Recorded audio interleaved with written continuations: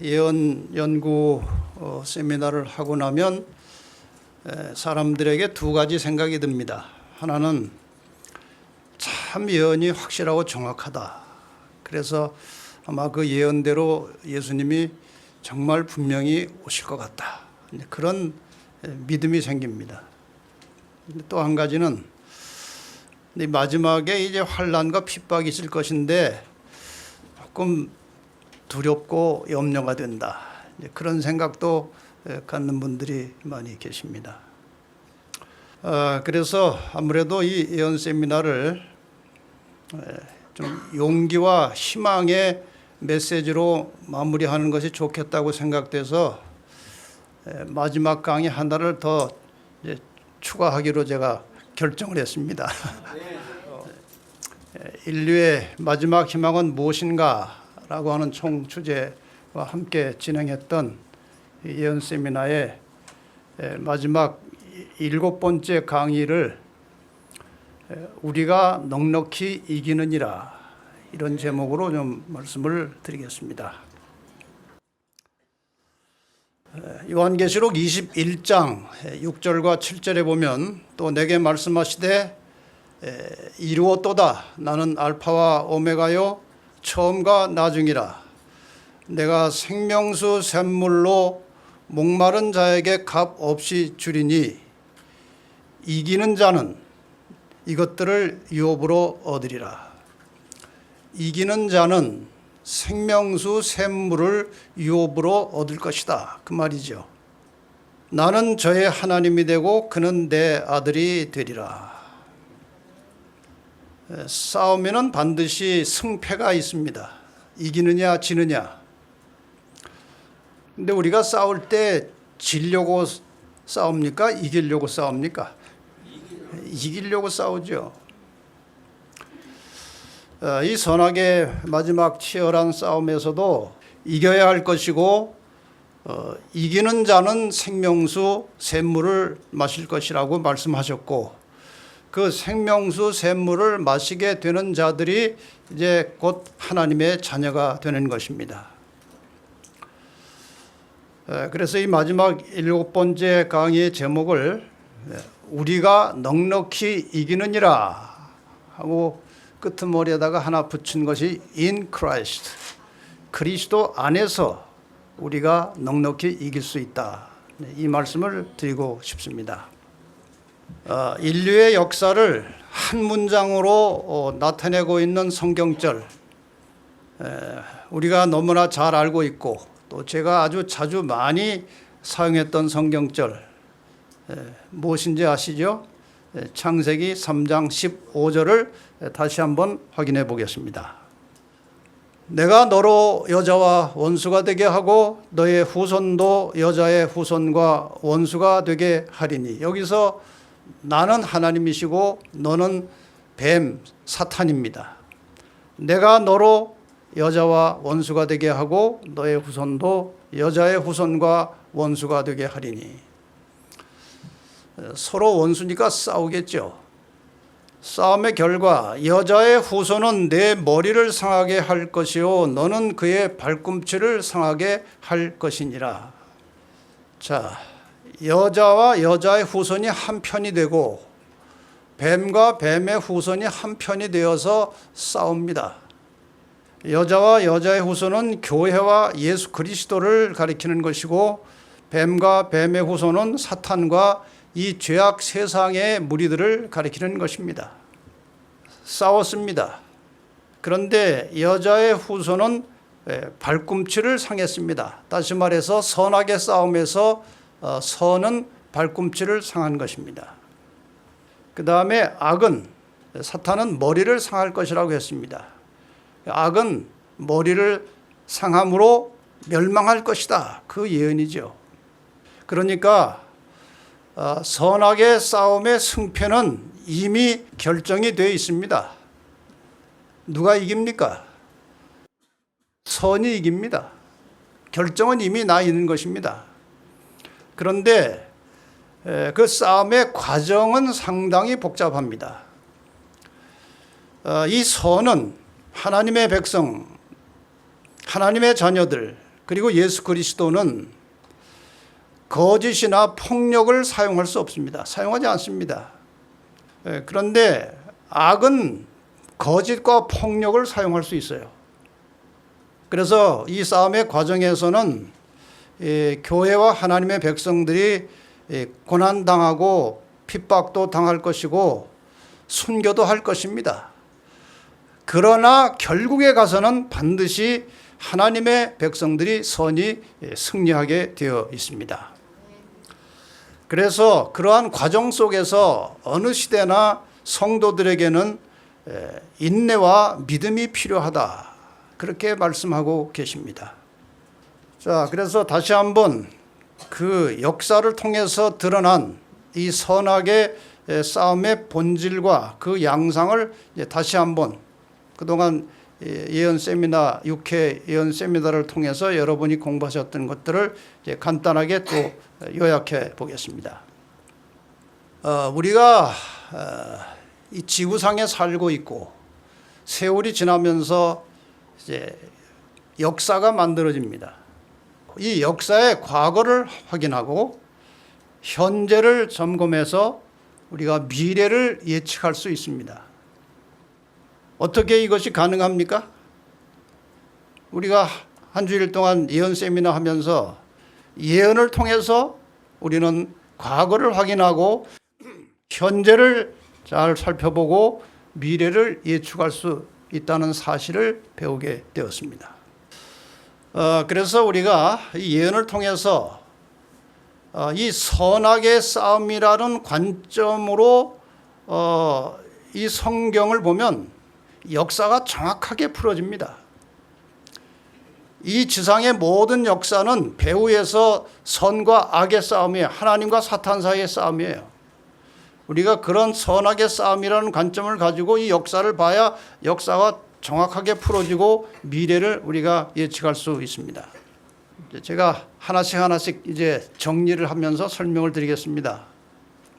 다시 한번 말씀드립니다. 인류의 역사를 선악의 싸움의 관점에서 관찰하면 그 흐름을 우리가 미리 예측할 수 있어요. 그 다음에 이 선악의 싸움을 주도하는 세력의 정체를, 실체를 알아야 됩니다. 선은 예수 그리스도, 악은 사탄입니다. 이 두 사이의 싸움이 벌어지고 있는 것입니다. 그런데 선악의 싸움은 실제적으로 누가 합니까? 예수님과 사탄이 직접 싸우는 것이 아니고 선은 교회와 성도들입니다. 그리고 악은 이미 예언 세미나를 통해서 확인되었듯이 교황권과 악의 세력들이 연합해서 이제 하나님의 백성들을 대적하는 것입니다. 그러면 이 선악의 싸움의 본질이 무엇이냐? 이 선악의 싸움을 깊이 들어가면 본질은 간단합니다. 경배 논쟁입니다. 경배.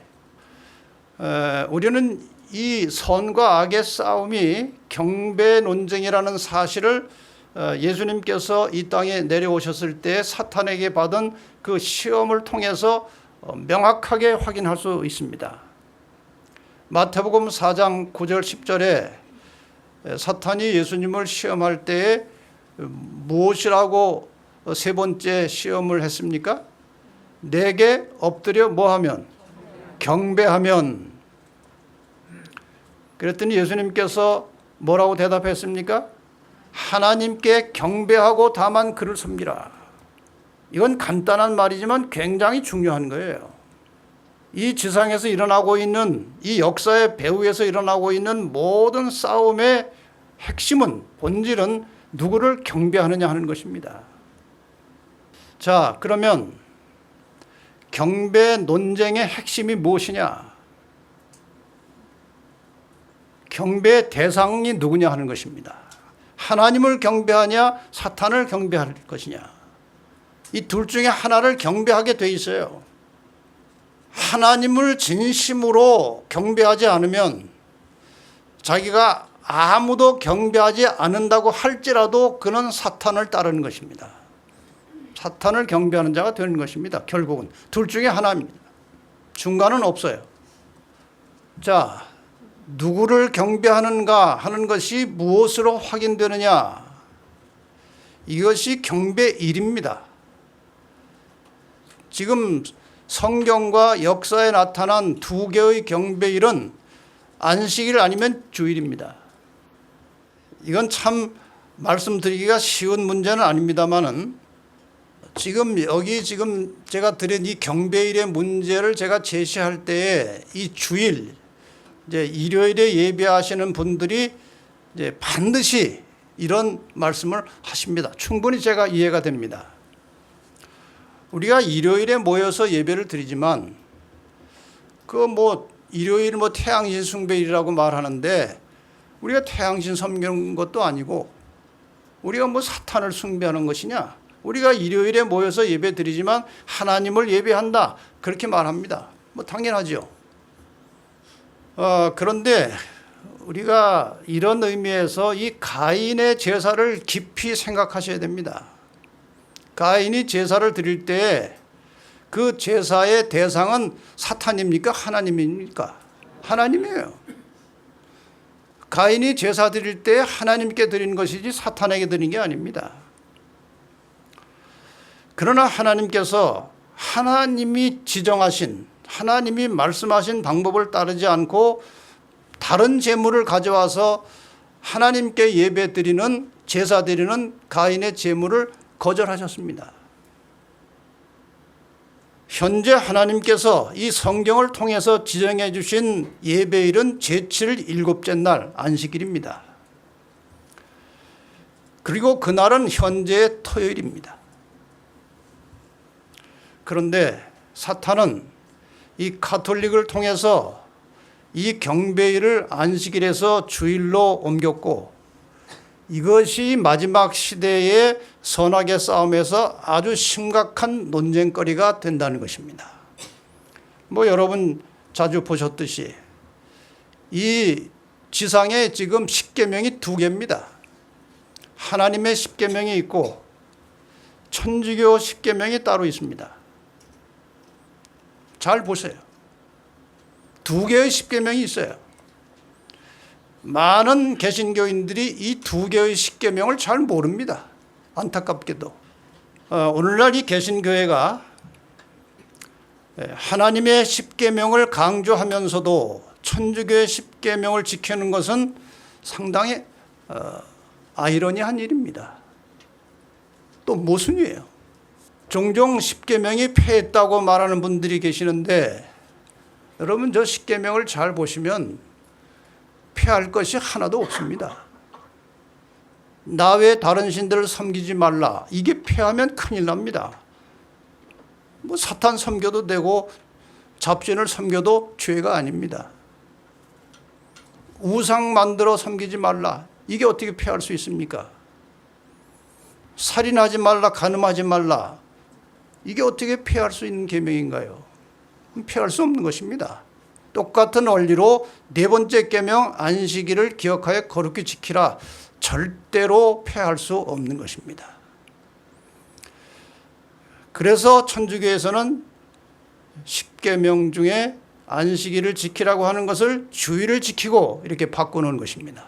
물론 둘째 계명도 없애서 우상을 만들어 섬기지 말라. 그것도 다 지워버렸습니다. 왜냐하면 우상을 많이 만들기 때문에. 자, 분명히 이 마지막 시대에 누구를 경배하느냐는 둘 중에 하나입니다. 하나님의 십계명을 따르느냐, 천주교의 십계명을 따르느냐.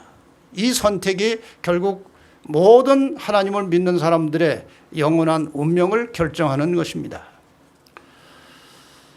그리고 경배일에 관련된 계시록에 나타나는 종말적 용어가 나옵니다. 여러 차례 여러분이 공부하셨습니다. 하나님의 인이냐 짐승의 표냐 이게 계속해서 나오는 것입니다. 그러므로 이 안식일이라고 하는 것은 이 그동안 역사적 기독교 역사를 통해서 그 과정에서는 그냥 스쳐 지나갔을지 모르지만 적어도 이 종말의 마지막 시대에 와서는 누구를 섬기느냐를 선택해야 할 것이고 그 선택에 의해서 영원한 운명이 결정되는 것이기 때문에 이 하나님을 경배하느냐 사탄을 경배하느냐 이 문제에 있어서 경배 날짜는 굉장히 중요한 것입니다. 그래서 계시록에 이 하나님의 인과 짐승의 표라고 하는 용어로 이 두 가지를 대조하고 있는 것이죠. 자, 계시록 13장에 보면은 이 짐승의 표를 받지 않으면 어떤 핍박을 받게 될 것인지 몇 가지 구체적인 사안이 나와 있습니다. 매매를 금지하게 할 것이고 물건을 사고 파는 일을 못하게 하는 것은 그거는 죽이려고 하는 것입니다. 못 살게 하려고 하는 겁니다. 그 다음에 육체적인 핍박도 가능할 것이고 마지막에는 끝까지 말을 듣지 않으면 죽이려고 한다는 것입니다. 이런 핍박이 예상되고 있어요. 예언되어 있어요. 그러나 이 싸움의 마지막 승패는 이미 말씀드린 대로 결정이 나와 있습니다. 악이 사탄이 머리를 상하게 돼서 결국은 멸망하는 것입니다. 이것이 성경 전체의 총체적인 선악의 싸움의 관점에서 볼 때 역사가 이렇게 흘러왔고 앞으로 이렇게 될 것이다. 이건 정확한 예언의 해석입니다. 자, 그래서 계시록 13장을 기준으로 보면 짐승의 표를 받지 않고 짐승을 이긴 자들이 나오고 짐승에게 굴복한 자들이 나옵니다. 성경절을 몇 절 보시면 이게 명확하게 이제 선이 그어질 수 있습니다. 계시록 21장 27절에 보면은 무엇이든지 속된 것이나 거짓말하는 자는 그리로 들어오지 못하되, 그건 하늘을 말하는 것입니다. 새 예루살렘을 말하는 것입니다. 오직 어린 양의 생명책에 기록된 자들 뿐이라. 그러니까 어린 양의 생명책에 이름이 기록된 자들만 그 하늘에 예루살렘에 들어온다는 말씀이죠. 그런데 상대적으로 계시록 20장 15절에 보면은 누구든지 생명책에 기록되지 못한 자는 불못에 던지우더라. 그러니까 우리의 이름이 생명책에 기록되었느냐 기록되지 못했느냐 이것은 굉장히 중요한 문제입니다. 여러분의 모든 이름이 하늘 생명책에 기록되어 있기를 바랍니다. 그 다음에 계시록 20장 4절에 보면은 짐승과 그의 우상에게 경배하지도 아니하고 이마와 그의 손에 표를 받지도 아니한 자들이 살아서, 이것은 이제 하늘에서 구원받은 성도들을 표현하는 것입니다. 구원받은 성도들이 하늘에 다 올라가는데 그 하늘에 올라간 자들에 대한 표현을 이렇게 하는 것입니다. 짐승과, 이 짐승은 교황권을 말하는 것입니다. 계시록 13장에서 짐승과 그의 우상에게 경배하지도 아니하고 그 이마와 그의 손에 표를 받지도 아니한 자들이 살았다는 말은 짐승을 이긴 자들이 하늘에 올라간다는 것입니다.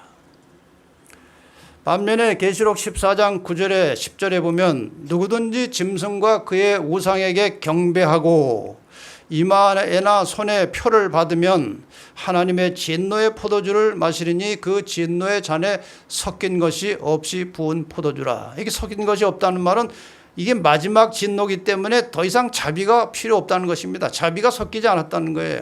하나님의 마지막 진노가 누구에게 내리느냐? 교황권에게 굴복하고 그의 말에 순종하고 그의 표를 받는 자들에게 이 하나님의 마지막 진노가 임할 것이다. 그 말이에요. 무엇이 이 표를 받느냐 안 받느냐에 상당히 중요한 쟁점이냐. 요한일서 5장 3절에 보면 하나님을 사랑하는 것은 이것이니 우리가 그의 계명들을 지키는 것이라. 많은 사람들이 이 오해를 합니다. 계명을 지켜야 구원받는 것을 가르치는 교회는 율법주의고 이단이다. 뭐 그렇게 말할 수 있죠. 그러나 우리가 계명을 지켜서 구원받는 것은 절대로 아닙니다. 우리가 예수 그리스도를 믿음으로 하나님의 은혜로 그분의 사랑으로 우리가 구원을 받은 것입니다. 그 구원을 받았으면 하늘 백성이 된 것이고 하늘 백성이 되었으면 당연히 하나님의 법대로 사는 것입니다. 이것이 순리예요. 그래서 나를 구원하신 하나님을 사랑하는 것은 이것이니 우리가 그의 계명들을 지키는 것이라. 반면에 요한일서 2장 4절에 보면은 저를 아노라 하고 그의 계명을 지키지 아니하는 자는 거짓말하는 자라. 내가 구원을 받았다. 나는 나를 구원해 주신 하나님을 사랑한다. 그렇게 말을 하면서도 계명을 지키지 않으면 그건 거짓말이라고 그랬어요. 아주 얼마나 명확합니까? 이 원리가. 그래서 이 마지막 시대에 하나님의 백성이냐 아니냐를 증거하는 마지막 표시가 하나님의 계명에 대한 정신이에요. 이렇게 해서 이제 짐승을 이긴 자들이 마침내 하늘 유리바닷가에 서서 모세와 어린 양의 노래를 부르게 될 것입니다. 여러분, 이 마지막 시대에 짐승을 이기려면 무한한 인내와 믿음이 필요한 것입니다. 용기가 필요한 것입니다. 여러분, 이미 우리의 승리는 보장되어 있으니 어떤 어려움과 역경과 혼란이 올지라도 마침내 승리하게 되시기를 바랍니다. 자, 그러면 이제 인간의 범죄 이후로 나타난 이 선악의 싸움의 양상을 좀 여러분에게 소개하겠습니다. 왜 그런 일이 있을까? 좀 의아해하는 부분들이 성경에 꽤 많이 있어요. 우선 이제 최초의 선악의 싸움의 이야기를 여러분이 잘 아시는 이 가인의 이야기를 좀 봅시다. 창세기 4장 8절 좀 쉽게 써놓은 성경에 보면 이렇게 풀어 설명했습니다. 가인이 자기 동생 아벨에게 들로 나가자고 말했습니다. 그들이 들에 나가 있을 때에 가인이 자기 동생 아벨을 쳐 죽였습니다. 아벨이 뭐 잘못한 거 없습니다. 상황을 여러분이 잘 아시죠? 근데 왜 쳐 죽였느냐? 여기 부조와 선지자에 보면은 상당히 세밀하게 설명을 하고 있습니다. 가인은 그의 아우를 증오하였고 그를 죽였다. 아벨이 무슨 잘못을 범했기 때문이 아니라 자기의 행위는 악하고 그의 아우의 행위는 의로웠기 때문이다. 그래서 죽인 거예요. 그와 같이 각 시대를 통하여 악인들은 그들보다 더 나은 자들을 미워해 왔다. 여러분, 우리가 역사를 공부해 보면 특히 기독교회사를 공부해 보면은 무수하게 많은 의인들이 억울하게 다 죽었습니다. 그런데 여기 보면은 각 시대를 통하여 악인들은 그들보다 더 나은 자들을 미워해 왔다. 그 다음에 좀 더 상세한 설명이 나옵니다. 아벨의 순종과 확고부동한 신앙생활은 가인에게 끊임없는 견책이었다. 악을 행하는 자마다 빛을 미워하여 빛으로 오지 아니하나니 이는 그 행위가 드러날까 함이니라. 하나님의 충실한 종들의 품성에서 반사되는 하늘의 빛이 밝으면 밝을수록 경건하지 않은 자들의 죄는 더욱더 분명히 드러나며 그들의 평안을 깨뜨리는 하나님의 종들을 죽이고자 더욱더 단호하게 노력할 것이다. 이게 선과 악이 싸우는 굉장히 중요한 이유 중에 하나가 이 선이 있으면 악이 귀찮은 것입니다. 이 세상에 하나님의 법대로 사는 선인들이 있는 것에 대해서 악인들이 싫은 거예요. 왜? 빛이 비치니까 악이 그냥 적나라하게 드러나거든요. 그래서 악이 선을 없애려고 하는 것이 핍박이고 결국 죽음이에요. 자, 이 아벨의 죽음 이후로 우리가 이 세상의 역사를 살펴보면 선악의 싸움터에서 많은 하나님의 백성들이 박해를 받고 죽임을 당했습니다. 몇 가지 예를 들어보겠습니다. 침례 요한이 정말 끔찍하게 죽었습니다. 많은 사람들이 이상하게 생각합니다. 그 당시 예수님 살아계셨어요. 그 시대 그 지역에. 근데 침례 요한이 죽는 것을 그냥 허락하신 것입니다. 예수님이 마음만 작정하시면 침례 요한을 살려내실 수도 있었습니다. 그런데 시대 소망에 이렇게 기록되어 있습니다. 그러나 후년의 감방에서 죽음을 당할 수다한 사람들을 위하여 요한은 순교의 잔을 마셔야 하였다.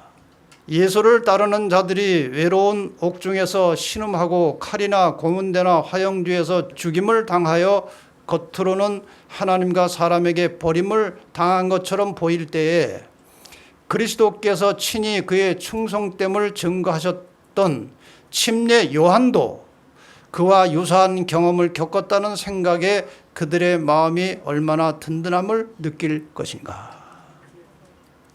침례 요한 이후에 많은 세대를 통해서 여러 세대를 통해서 하나님의 백성들이 고난당하고 옥에 갇히고 핍박을 받을 것입니다. 그때의 침례 요한을 생각해 보면 침례 요한같이 그렇게 경건하고 훌륭한 하나님의 종도, 예수님이 그 지역에 그 시대에 살아있음에도 불구하고 순교를 당했는데 나도 얼마든지 순교를 당할 수 있다. 그런 각오를 할 수 있다는 것입니다. 그리고 위로와 용기를 받을 수 있다는 거예요. 내가 버림받은 것이 아니고 이럴 수도 있다. 그런 희망을 가진 그런 의미에서 침례 요한의 죽음을 허락하셨다는 것입니다. 예수님의 제자들 역시 대부분 다 비정상적인 참혹한 죽음을 당했습니다. 근데 이러한 죽음들이 어떤 일을 하였을까? 왜 제자들이 그렇게 참혹하게 다 죽었습니까? 바로 그러한 죽음을 통해서 이 사탄의 정신과 정체가 온 우주에 폭로되는 사탄이 어떤 존재인지를 드러내는 아마 그런 계기가 되었을 것입니다. 그런데 예수님의 제자들이 모두 다 비정상적인 참혹한 죽음으로 순교를 했지만 사도 요한은 끝까지 살아남았습니다. 사도 요한은 끓는 기름 가마솥에 집어넣어서 튀겨서 죽이려고 했는데 살아났어요. 이 사도 요한을 통해서 하나님께서 하시려고 계획한 일들이 있었기 때문에 살려두신 것입니다. 그것이 바로 요한계시록을 기록한 일입니다. 지금 요한계시록이 없었다면 이 세상은 완전히 불확실하고 불안전한 아무것도 예측할 수 없는 그런 시대가 되었을 것입니다. 근데 사도 요한은 바로 그 마지막에 하나의 빛으로서 세상의 미래를 정확하게 알려줄 요한계시록을 기록하도록 하기 위해서 이 요한은 하나님이 살려두신 것입니다. 그 이후에 이 종교 암흑시대 동안에 수많은 그리스도인들이 죽임을 당했습니다. 1572년 성 바델롬의 축일 대학살 사건은 세계사에 나오는 그 역사책에도 나오는 중대한 사건입니다. 이때에 약 2달에 걸쳐서 가톨릭 교도들이 약 7만 명의 개신교인들을 무참하게 살해했습니다. 여러분, 한 명이 죽어도 큰 사건인데 말이에요. 7만 명이 죽었어요. 2달 사이에. 그런데 이 개신교를 탄생시킨 루터는 어떠했습니까? 한번 또 살펴보십시다. 루터는 굉장히 용감한 사람이었어요. 그 당시 이 종교개혁 당시에 이 교황권과 그들을 추종하는 세력들에 대해서 아주 단호하게 맞서서 싸운 사람이에요. 근데 루터가 그렇게 빨리 죽질 않았어요. 그 당시 분위기는 이런 것이었습니다. 그를 죽일 교수대를 세우자, 교수형에 처해버리자, 이런 분위기가 거의 가득 찼습니다. 그 시대에. 그러나 루터는 그들의 분노의 제물이 되지 아니하였다. 하나님께서는 그를 통하여 하실 일이 아직 있었으므로 그를 보호하시기 위하여 천사들을 보내셨다. 그러나 루터로부터 귀중한 빛을 받은 많은 사람들은 사탄의 분노의 표적이 되어 진리를 위하여 담대히 고문과 죽임을 당하였다. 어떤 사람은 죽고 어떤 사람은 사는 거예요. 이게 도대체 이유가 무엇이냐? 루터의 이야기입니다. 하루는 어떤 수상한 자가 권총을 외투 속에 감추고 그 개혁자에게, 루터에게 가까이 와서 어찌하여 그대는 혼자 다니냐고 물었다. 루터는 나는 하나님의 보호 아래 있다. 그분은 나의 힘이요 방패시다. 사람이 내게 어찌하겠느냐고 대답하였다. 이 말을 듣고 그 수상한 자는 얼굴빛이 창백하게 되었으며 하늘의 천사들 앞에서 피하듯이 도망하여 버렸다. 총 한 방이면 그냥 죽는 거예요. 근데 루터는 안 죽었습니다. 왜? 루터를 통해서 하나님께서 하실 일이 아직 남아 있었어요. 그러니까 하나님의 섭리는 아무도 알 수도 없고 판단해서도 안 됩니다. 그건 하나님만이 아시는 거예요. 저도 사실 뭐 아주 조그만 일이지만 이제 저에게 사람들이 종종 위험하지 않느냐 그런 말을 해요. 제가 뭐 교황권에 대해서 또 앞으로의 이 천주교의 어떤 계획에 대해서 제가 뭐 가리지 않고 그냥 적나라하게 얘기를 자꾸 하니까 그 위험하지 않느냐. 저도 부족하지만 각오를 하고 하는 거죠. 사람이 사느냐 죽느냐 하는 것은 하나님의 손에 달린 것입니다. 제가 할 일이 남아 있으면 하나님이 지켜주실 것이고 제 사명을 다하면 그저 뭐 가는 거죠. 그 각오를 하고 하는 것입니다. 자, 여러분 이 그림을 자주 보셨죠? 다니엘의 세 친구 이야기를 아주 어린 시절부터 많이 들었습니다. 그런데 이 다니엘 세 친구의 이야기의 참된 의미에 대해서 좀 깊이 생각할 필요가 있어요. 다니엘 12장 9절과 10절에 보면요, 이런 말씀이 나옵니다. 그가 가로되 다니엘아 갈지어다 대저 이 말은 이 다니엘서의 내용을 말하는 것입니다. 마지막 때까지 간소하고 봉함할 것임이니라. 봉함하라고 한 말씀이 여기 나오는 거예요. 그런데 영원히 봉함된 것이 아니고 언제 이 말씀이 펼쳐질 것을 예고한 것인가 하면은 마지막 때예요. 종말의 시대에 마지막 때에 이 다니엘서 예언이 풀려져 나올 것이다. 많은 사람이 연단을 받아 스스로 정결케 하며 시기할 것이나 악한 사람은 악을 행하리니 악한 자는 아무도 깨닫지 못하되 무엇을? 다니엘서를 악한 자들은 깨닫지 못한다고 그랬어요. 오직 지혜 있는 자는 깨달으리라. 그러니까 이 다니엘서가 영원히 봉함된 책이 있기 때문에 덮어놓고 공부할 필요가 없다고 가르치는 것은 잘못된 겁니다. 말세가 되면 종말의 시대에 다니엘서는 펼쳐져서 지혜 있는 자들이 다 깨닫게 될 것이다. 우리가 지난 예언 세미나를 통해서 제가 다니엘서에 대해서 한 2장 강의를 드렸는데 여러분이 그것을 이해하셨다면, 깨달으셨다면 그건 지혜 있는 사람이에요. 지혜 있는 자는 깨닫겠다고 말씀하셨어요. 이 다니엘 책 자체가 종말에 관한 책이라는 사실을 여러분이 염두에 두시고, 그렇다면 이 다니엘서에 기록된 여러 스토리, 이야기들도 종말 시대에 뭔가 우리에게 교훈을 주시기 위해서 이 이야기들을 기록해 놓은 것입니다. 그러므로 이 다니엘 세 친구의 이야기는 이 종말을 사는 그리스도인들에게 굉장히 중요한 이야기예요. 우선 이 이야기의 내막은 다 아시니까 결론을 한번 보십시다. 이 다니엘 세 친구가 그 우상에게 경배하지 않고 서 있다가 결국 잡혀서 풀무불 속에 들어갔습니다. 살아서 나왔습니다. 그건 도무지 살 수 없는 일이죠. 안 그래도 뜨거운 풀물을 7배나 뜨겁게 했으니까 그냥 넣자마자 타서 없어져야 됩니다. 녹아져 버려야 돼요. 그런데 산 사람이 나오는 것입니다. 그때 그 사실을 느부갓네살이 보고 이렇게 말합니다. 사드락과 메삭과 아벳느고의 하나님을 찬송할지로다. 그가 그 사자를 보내사 자기를 의뢰하고 하나님을 의지하고 그 몸을 버려서, 이 몸을 버린다는 것은 죽을 각오를 했다는 것입니다. 몸을 버려서 왕의 명을 거역하고 그 하나님 밖에는 다른 신을 섬기지 아니하며 그에게 절하지 아니한 종들, 경배하지 아니한 종들을 구원하셨도다. 이게 느부갓네살이 이제 고백한 것입니다.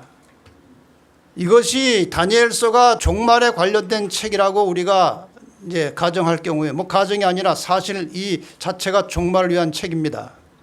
이 종말에 하나님의 백성들은 핍박과 어려움과 죽음에 처해질지라도 살 수 있다고 하는 메시지가 이 속에 들어있어요. 이 종말에 하나님의 백성들은. 자, 어떤 사람들이 살 것이냐? 종말 시대에 살아남을 자들의 특징은 첫째, 다니엘 세 친구처럼 하나님만 의지하고 사는 사람들. 두 번째, 목숨을 걸고 짐승, 교황권의 명령을 거역하고 그의 권세에 굴복하지 않는 사람들, 이 사람들이 살아남을 것입니다. 세 번째, 그 짐승의 우상에게 경배하지 아니하고 오직 창조주 하나님만 경배하는 자들이 살아남을 것이라는 예고입니다. 이 이야기가 그런 교훈을 우리에게 주는 것입니다. 자, 그래서 이 선악의 싸움의 역사를 통해서 보면은 사는 자도 있고 죽는 자도 있는데, 이 종말의 시대에 짐승의 권세와 싸우는 자들은 죽으면 안 됩니다. 왜? 살아서 구원받을 사람들이 있어야 합니다. 거기에 해당하는 사람들입니다. 자, 그럼 이 선악의 싸움에서 어떤 자들이 이길 것인가에 대한 말씀을 좀 하나씩 살펴보겠습니다. 로마서 8장 37절 말씀을 같이 한번 읽어보겠습니다. 시작. 그러나 이 모든 일에 우리를 사랑하시는 이로 말미암아 우리가 넉넉히 이기느니라. 이기게 돼 있어요. 그런데 그 이기는 사람들이 가지고 살아가야 할 정신이 상당히 중요합니다. 마태복음 6장 34절에 보면 그러므로 내일 일을 위하여 염려하지 말라. 내일 일은 내일 염려할 것이요 한날 괴로움은 그날에 족하니라. 이 말 속에 무슨 뜻이 포함되어 있습니까? 앞으로 다가올 환난에 대해서 염려하지 말라는 거예요. 종말에 있을 짐승의 권세로부터 닥쳐올 핍박에 대해서 염려하지 말라는 것입니다. 한날 괴로움은 그날에 족하니라는 거예요. 제가 언젠가 이 기독교 신앙의 본질이라고 하는 두 가지 본질에 대해서 설교한 적이 있습니다. 종말 신앙 그리고 순교 신앙, 이것이 기독교 신앙의 본질입니다. 예수님께서 제자들을 가르칠 때 항상 종말에 대해서 말씀하셨어요. 어느 때에 내가 임할는지 너희가 알지 못한다. 항상 깨어서 준비하고 있으라. 그러니까 그리스도인들은 항상 이 종말적 의식을 가지고 하루하루 살라는 것입니다. 그 다음에 자기 목숨을 얻는 자는 잃을 것이요 나를 위해 자기 목숨을 버리는 자가 목숨을 찾겠다고 하신 말씀은 순교할 각오를 하라는 거예요. 이것이 기독교 신앙의 대단히 중요한 두 가지 사상입니다. 한 가지 오늘 더 덧붙여서 이제 말씀을 드리자면 기독교 신앙은 오늘 신앙입니다. 오늘. 잠언 27장 1절에 보면 너는 내일 일을 자랑하지 말라. 하루 동안에 무슨 일이 일어날는지 내가 알 수 없음이니라. 내일 뭘 하겠다? 그거는 불확실한 거예요. 오늘 어떻게 사느냐? 이게 중요한 거예요. 자, 오늘에 관한 성경절 몇 개 보겠습니다. 누가복음 12장 20절에 보면은 하나님은 이르시되 어리석은 자여 오늘 밤에 내 영혼을 도로 찾으리니 그러면 내 예배한 것이 네 것이 되겠느냐. 이 이야기의 배경을 여러분이 아십니다. 한 부자가 돈을 많이 벌었어요. 농사 지는데 추수를 많이 해서 창고에 가득가득 채워놨어요. 자, 이제 좀 실컷 먹고 놀자. 편안하게 살자. 그때 하나님께서 어리석은 자요. 오늘 밤에 내 영혼을 도로 찾으리니. 그럼 네가 예배한 게 뭐냐? 출애굽기 16장 4절에 보면은 만나 이야기가 나옵니다. 하늘에서 양식을 비같이 내리리니 일용할 것을 날마다 거둘 것이라.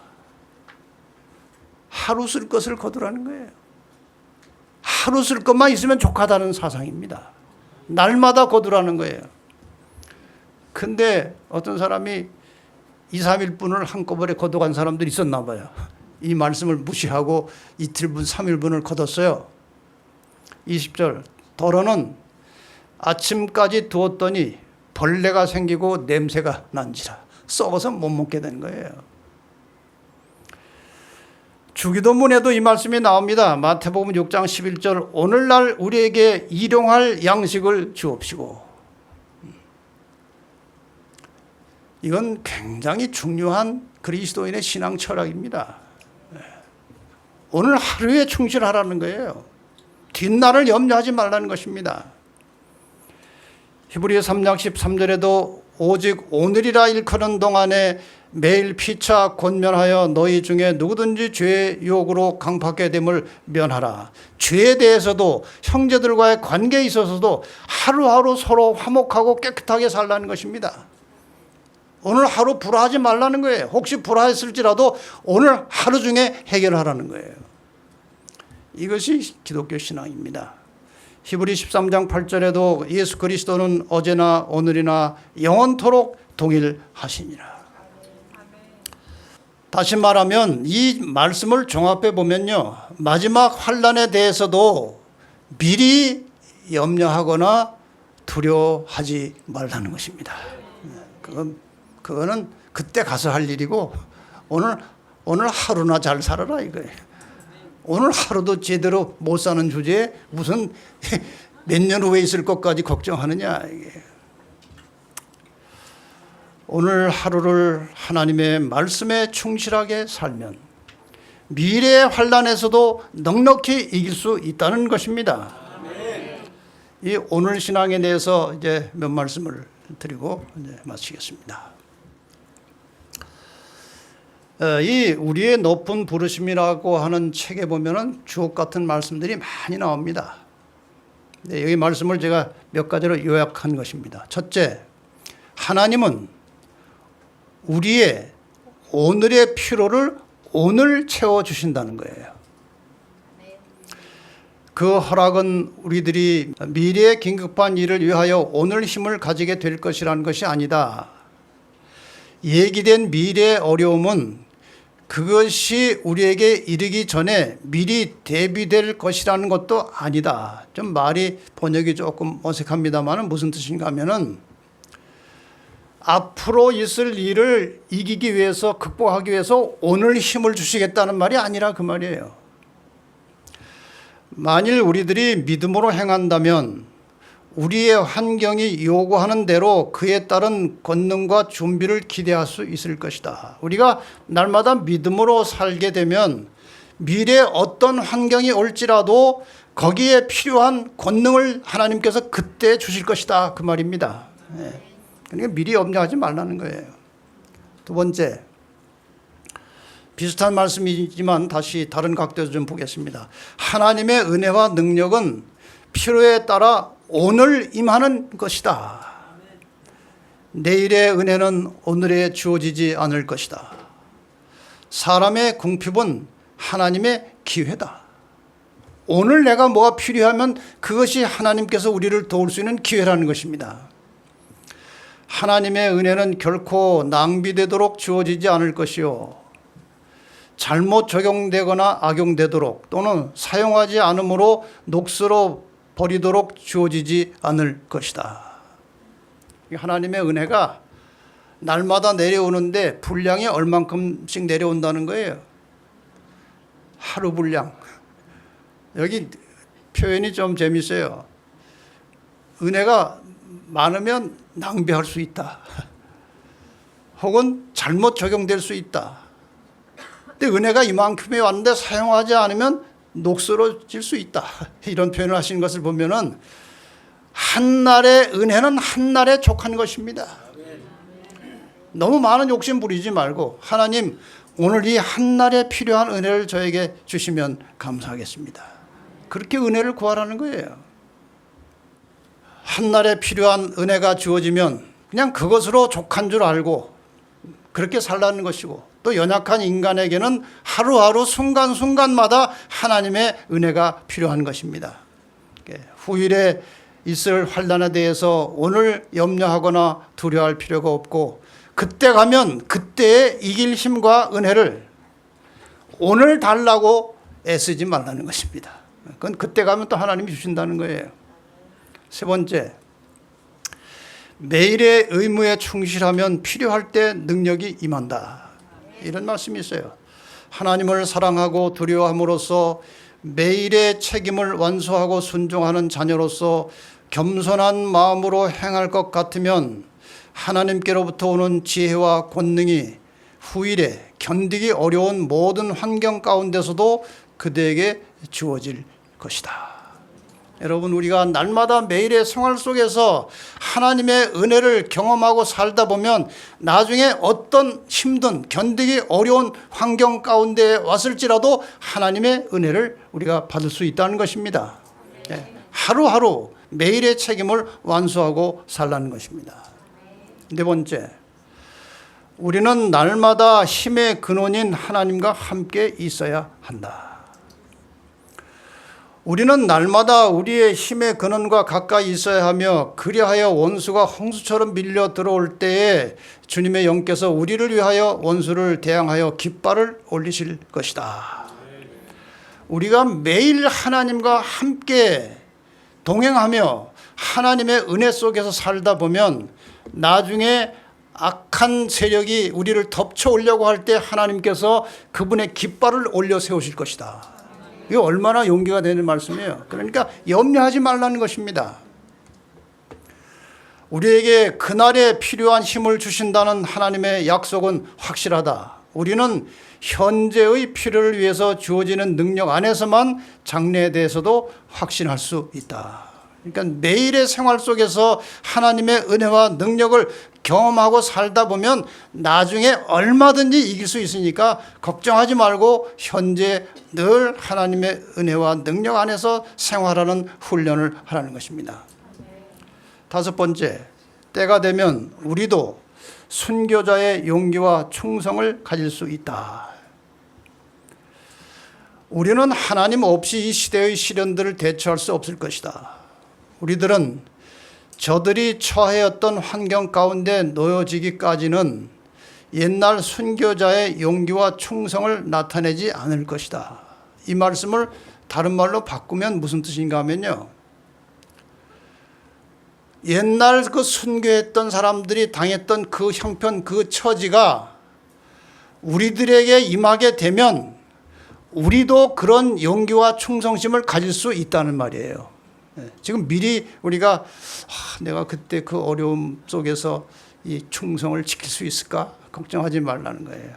하루하루 살다 보면 마지막 때에 어떤 어려움과 환난이 올지라도 순교자의 정신을 우리도 가질 수 있다는 것입니다.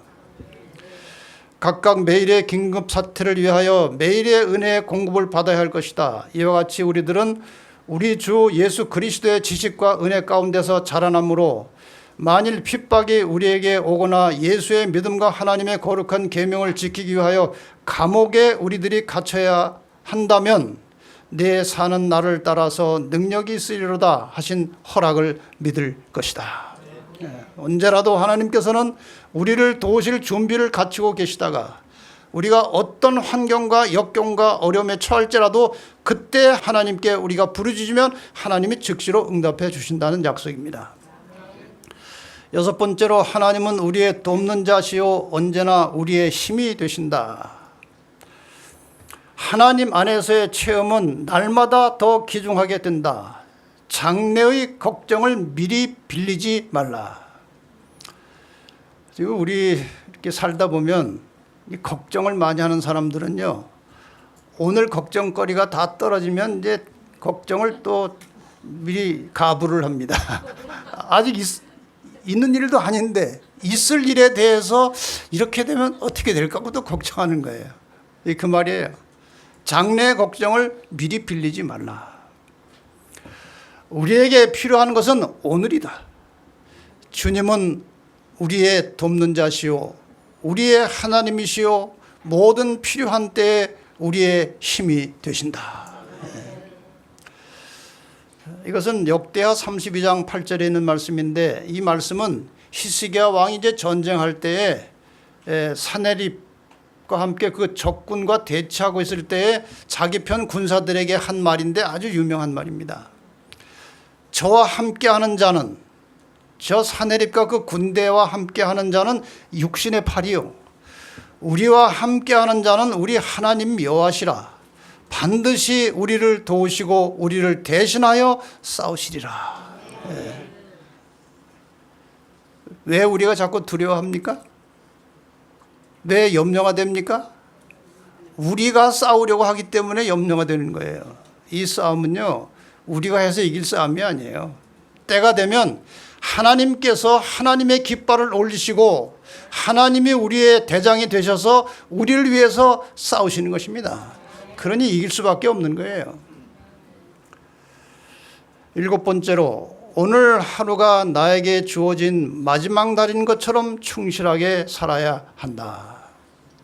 여기에 관련된 이 귀절은 제가 여러분에게 자주 여러 번 읽어드렸던 것입니다. 증언복음 2권에 나오는 것인데, 주님께서는 우리에게 오늘의 의무를 이행하고 오늘의 시련을 감내하도록 요구하신다.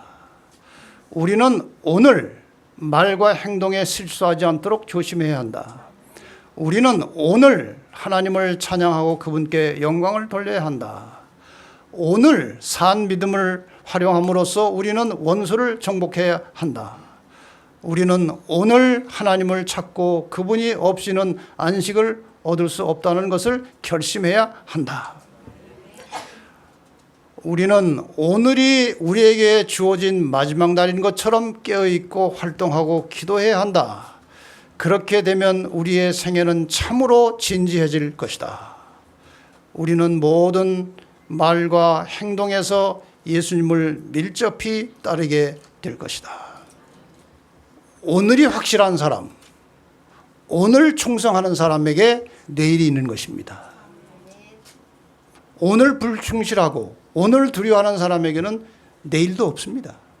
더 나아가서 이것을 발전시키면 오늘 충실하고 오늘 하나님의 은혜 가운데 살다가 죽는 사람에게는 내일이 있는 것입니다. 부활의 내일이 있는 것입니다. 이런 믿음을 가지고 살도록 하나님께서 우리에게 교훈을 주십니다. 이렇게 사는 사람들이 마지막에도 짐승의 표 환난을 이기고 주님 재림하실 때 살아서 구원받는 성도들이 될 것입니다. 오늘 하루의 삶이 나의 영원한 운명을 결정한다는 생각을 하고 살면 이 세상에 두려워할 것이 아무것도 없고 매우 성공적인 삶을 살게 될 것입니다. 한 이야기를 잠깐 들려드리겠습니다. 인도의 시성 타고르에게 5명의 제자가 있었다. 어느 날 제자들이 그에게 어떤 사람이 인생의 승리자입니까? 라고 물었다. 그는 웃으면서 대답했다. 자기를 이기는 사람이다. 그러나 한 제자가 다시 자기를 이기려면 어떻게 해야 합니까? 라고 물었다. 그러자 타고르는 5명의 제자들을 한 사람 한 사람 주시했다. 잠시 침묵이 흐른 뒤 그가 제자들에게 한 가지씩 질문했다. 첫째, 제자에게 한 질문입니다. 오늘 어떻게 지냈는가? 둘째, 오늘 어디에 갔었는가? 셋째, 오늘 어떤 사람을 만났는가? 넷째, 오늘 무엇을 하였는가? 다섯째, 오늘 무엇을 잊어버렸는가? 그 5개의 질문을 한 다음 타고르는 제자들에게 이렇게 말했다. 자신에게 매일 이 5가지를 질문하라. 이것이 자기를 이기게 하고 인생을 살리게 하는 질문이다. 자, 이것은 이 타고르의 질문은 인생에 있어서뿐만 아니라 신앙과 영생에 있어서도 마찬가지입니다. 오늘을 어떻게 살았느냐 하는 것이 나의 미래의 영원한 운명을 결정하는 것입니다. 자, 이제 결론을 드리고 마치겠습니다. 계시록 15장 2절을 잘 보시면 또 내가 보니 불이 섞인 유리바다 같은 것이 있고 짐승과 그의 우상과 그의 이름의 수를 어떻게 하고 이기고 벗어난 자들이 유리바닷가에 서서 하나님의 검은고를 가지고 이제 찬양하는 장면이 나옵니다.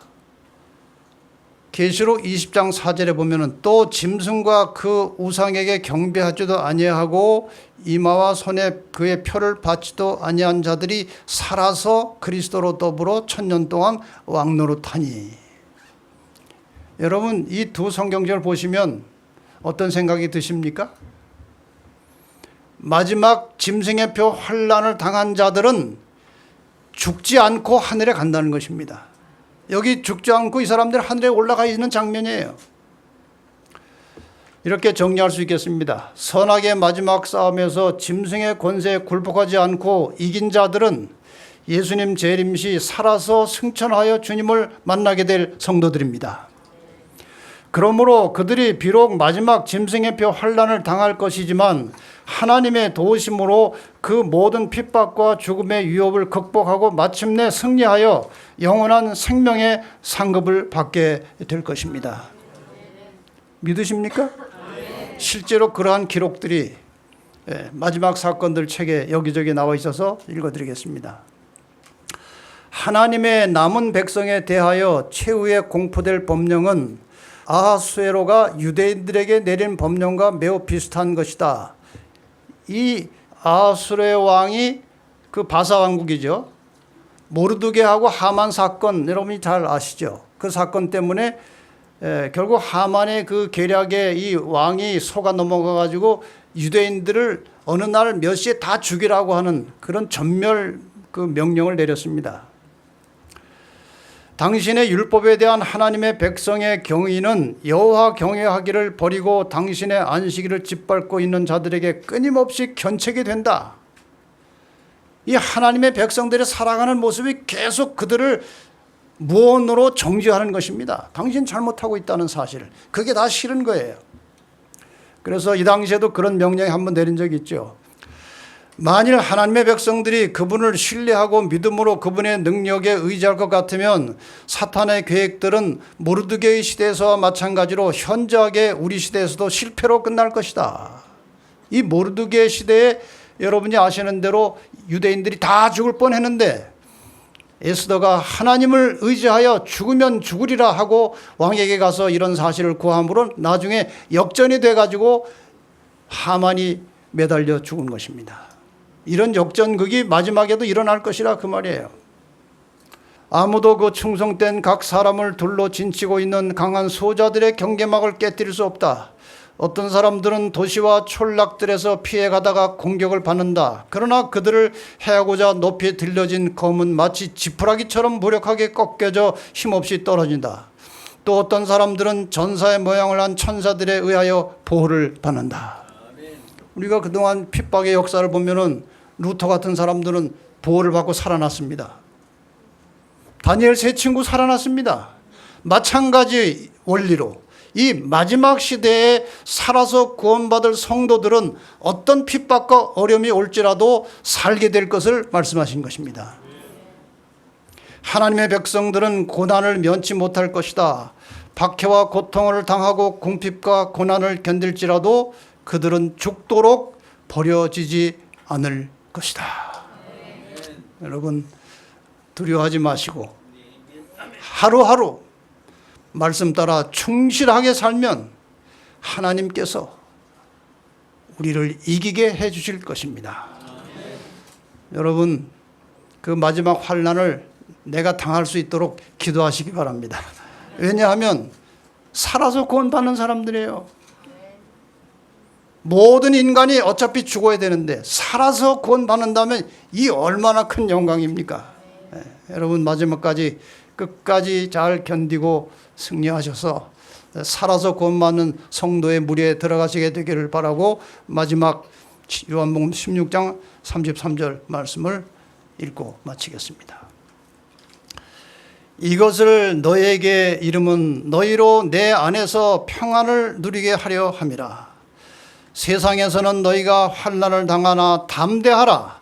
내가 세상을 이겼노라 하시니라. 주님이 이기셨기 때문에 우리도 이깁니다. 이 말씀을 믿고 두려워하거나 염려하지 마시고 하루하루 주님 안에서 평안을 누리고 그 말씀에 충실하게 사시다가 마지막 때 짐승의 표 환난을 극복하고 살아서 구원받는 성도들이 되시기를 바라면서 오늘 말씀을 마치겠습니다.